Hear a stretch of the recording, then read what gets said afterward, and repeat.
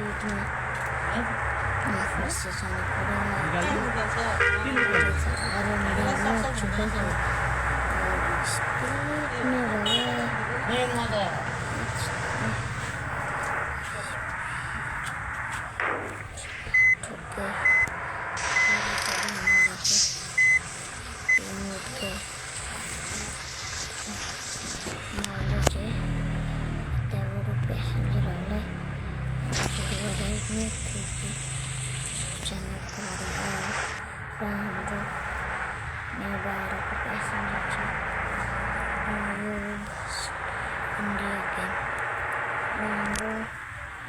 passenger छूटे रहे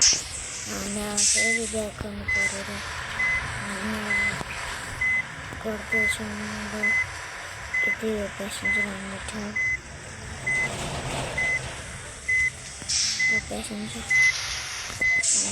गाड़ी में बॉडी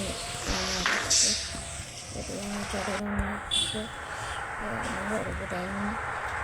अब एक स्पीड बंद लागू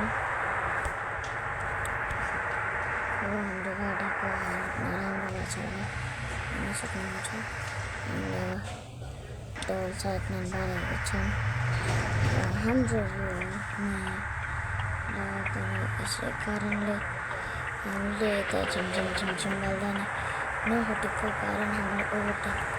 गरेर झन्डै ठोकेन हाम्रो यो गाडी स्पिडमा भागिरहेको छ यसै नै कारण स्पिड बढाउनुमा कानुनले रोकेको पनि हुँदैन र हाम्रो यहाँदेखि नै ब्रेक लाउने काठमा अगाडि गएर पसन्द गर्नुहोस् र यहीँ रोकेर हाम्रो फटाफटले चढ्नु भनेर मैले आफ्नो गाडी फेरि घुमाइहालेँ र अर्को डेस्टिनेसनतिर भगाएँ अझै भगाएँ कति भगाएँ यहाँबाट हाम्रो ट्रिप सुरु हुन्छ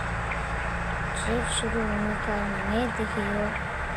किनकि हाम्रो गाडी छ स्पिडमा र हामीले देखिरहेछौँ यता हाइवेमा म गाडी उठाउँदैछु एउटा नयाँ पेसेन्जरहरूलाई चढ्नु पऱ्यो अरे त्यसै कारण हामीले गाडी रोक्यौँ र हामीले गाडी रोकेर नि चढेर हामीले साइडतिर गाडी मोड्यो र हामीले हेर्दाखेरि केही भएन र हामीले डबल साइडमा बालिरहेको छ अलरेडी त्यसै कारण अहिलेदेखि नै कुदाइरहेछौँ स्पिडमा र हाम्रो यहाँ छ एउटा अगाडि एउटा बस छ यो कुन चाहिँ कम्पनीको बस हो त्यही थाहा छैन र हामी आइसकेको छ यो हाइवेमा झन्डै गाडी ठोक्दैन मेरो र एउटा पतौलो रोड आउनु छ भनेर भनिसकेको नै थियो तर भएन जस्तो लाग्यो त्यस्तो मोड तर रोड थियो जस्तो थियो त्यस्तो छ अहिले तर त्यसै कारण हामी माथितिर भएको छ अहिले हाम्रो माथितिर जानु थियो बाटो त्यसै कारण हामी माथि जान्छौँ यहाँ हेर्न सक्नुहुन्छ यो माथिपट्टिको रोड ब्रिजवाला तलपट्टिको रोड हाइवे जस्तो हो